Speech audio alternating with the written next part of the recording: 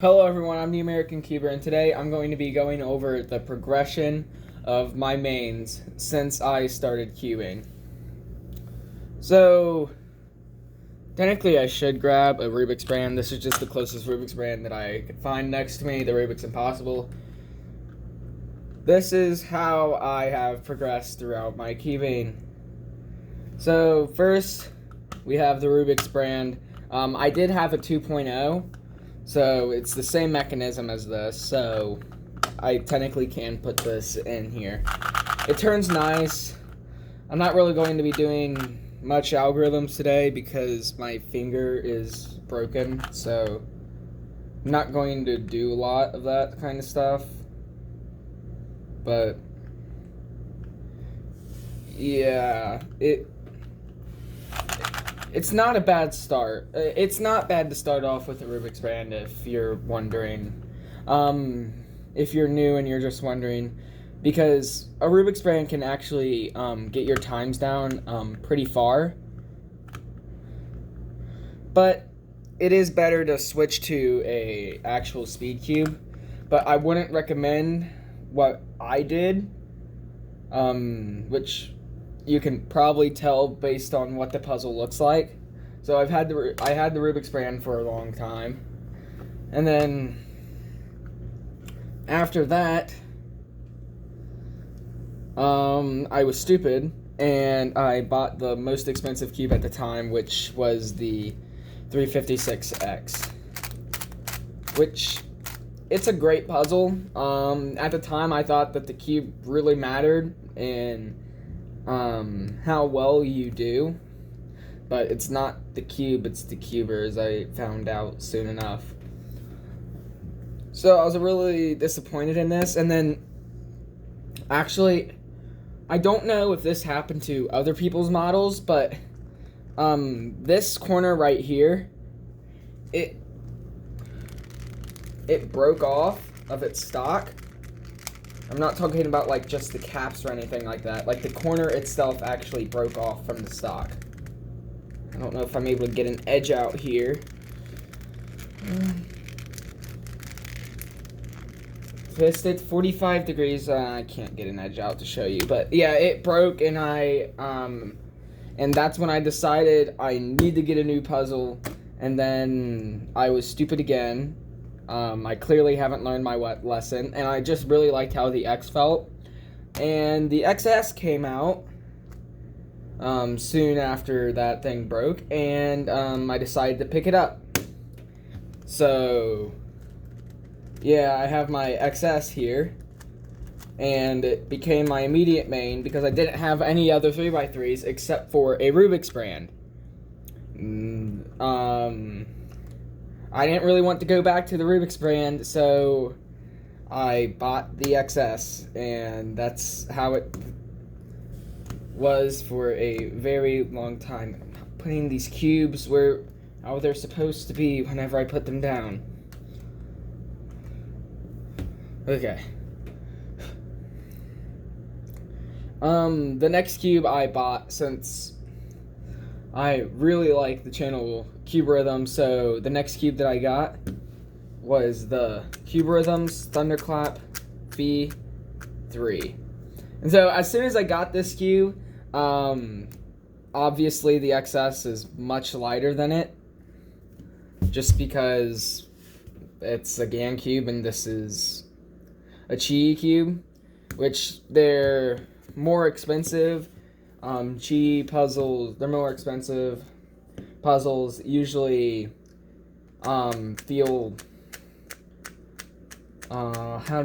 they just feel like the pieces feel full, and it feels like the pieces are filled into every single place where they aren't where they would have gaps in other puzzles, I guess is what I'm trying to say. So it had a nice weight to it, and I actually kind of really liked the weight, but it's not like the cube was sluggish at all. In fact, the added weight actually made it a little bit faster. And of course, this cube was already pre-set up out of the box since it is the Cube Rhythms Thunderclap V3. and a lot of people don't really like this cube, but it did end up replacing the XS just because I liked the feel of it more at the time, and I was really excited to have a new cube. And this point is where I realized that I really shouldn't have bought GAN cubes at the start of my speed cube main, I guess you could call it that. Yeah, this is where I realized that I didn't really need a top-of-the-line 3x3 to feel like I do good, and that's the cuber, not the cube, that matters. And this, which might be a surprise to most people, actually is better, in my opinion, than something like the XS. I mean, I know that a lot of you might hate on me in the comments about that, but in all reality, when it comes to my personal preference, this just feels just a tad bit better, because I like how this puzzle feels full, and I kind of like the instability of this puzzle. Of course, like, it's not necessarily unstable. It's just that because the springs are a little bit looser than what a lot of people might want, then the puzzle flexes a lot, and so it just kind of feels unstable.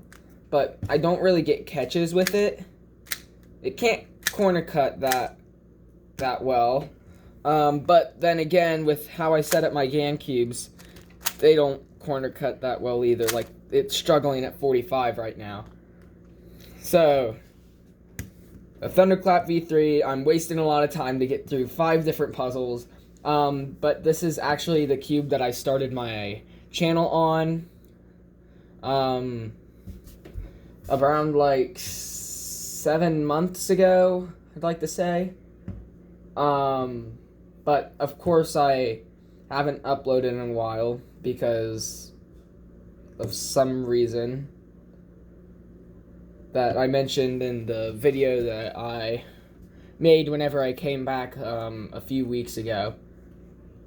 So yeah, this was nice. This is the cube that I used for my review on it, obviously, and then I also used this for the 1 move 5 push-up challenge video. If you want to go check that out and you're okay with waiting a little bit for the video to end, then it's fine by me, but please do not check out any other video that I made back then because it's bad and I don't want you guys to watch it. So, but if you don't want to listen to me and want to watch it anyways, then that's okay as well, I guess.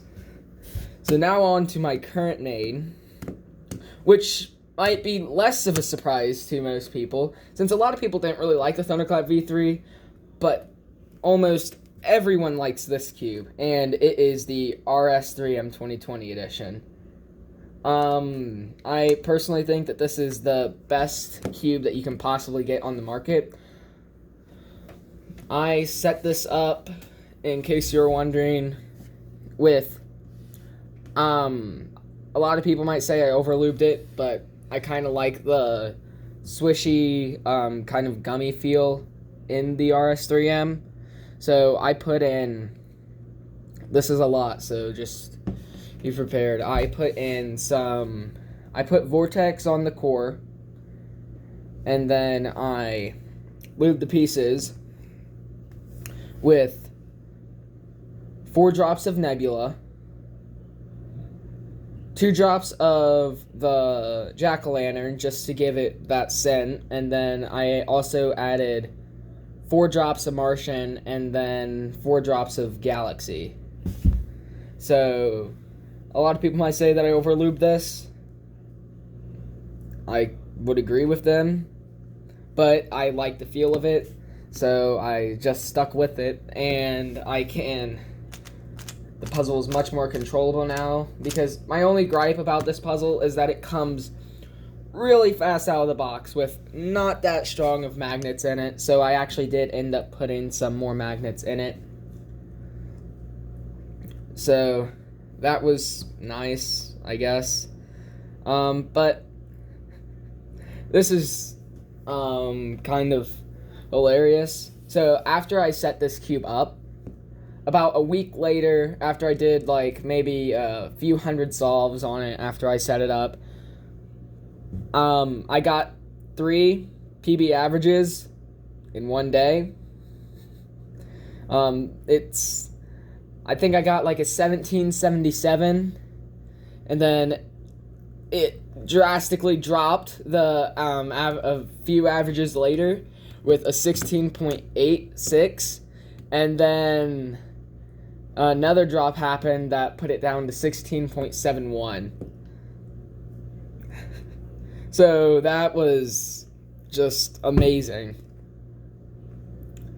So I definitely would recommend this cube, or frankly, any of the cubes that I mentioned, maybe except for this. But if you want to check some of these puzzles out, I'd personally recommend the Thunderclap V3 and the RS3M 2020 more than the GaNCubes, just because the price tag on this, they aren't that much better than these. And in my opinion, they aren't that. These GaNCubes aren't as good as these. So I definitely recommend that you pick up either the RS3M or the Thunderclap V3. I don't have a Little Magic 3x3, but hopefully if I get the money, then I can buy the Little Magic M, and maybe, just maybe, it might be another main killer. I don't know. But I've heard that it's a really good 3x3, and it can compete with the RS3M 2020. Wait. Yeah, I forgot to mention another key component of how I set up my RS3M. So I put the spring compression to 4 clicks. That's what I was missing. But anyways, that was my timeline of mains. I know it's a long video just reviewing like 5 cubes and how they shaped up over time. But please, if you made it this far and you withstood all of my talking about each and every single one of these puzzles, that's the reason why my videos are so long, because I really want to go in depth with every single thing that I have. And if you're passionate about cubing, I'd recommend that you hit that subscribe button and hit the bell to get notified of whenever I drop a video. During the whole month of December, I'm dropping a video every single day, so don't miss out on that. And I'm going to be doing a live stream on the 1st of January, so New Year's Day.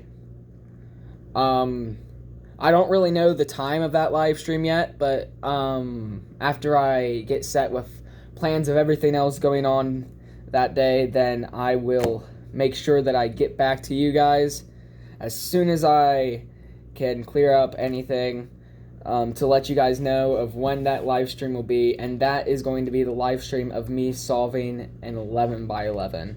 So I'm going to have maybe some little challenges mixed in with it, just to try to keep it entertaining. I'm also going to have a special guest from a I don't really know what to call him, but he is also a YouTuber, and I definitely would recommend that you would check out his channel just to see what he's about. He recently started making Cuban videos a little bit ago, but before that he also just made a bunch of random videos. So definitely go check his channel out if you're interested in cubing and even more. Like his most recent video was him making his own brownie recipe, so if you like that, then definitely go check his channel out. He is CoopTube Wildcat channel, and I really recommend that you check his channel out, and I will see if I can get him on the live stream so that you guys can just get to know him more. He's a really excellent person, and I can't stress this enough. I'd really like it if you would go over and check his channel out. So that would be all for today. I'm sorry for not uploading this video earlier. I kind of forgot. But I uploaded it today, so a lot of you might be watching this tomorrow, which would be the 3rd. So hopefully I don't forget to upload a video tomorrow. So I will try to upload another video tomorrow, and I will see you later. I'm the American Cuber. Bye.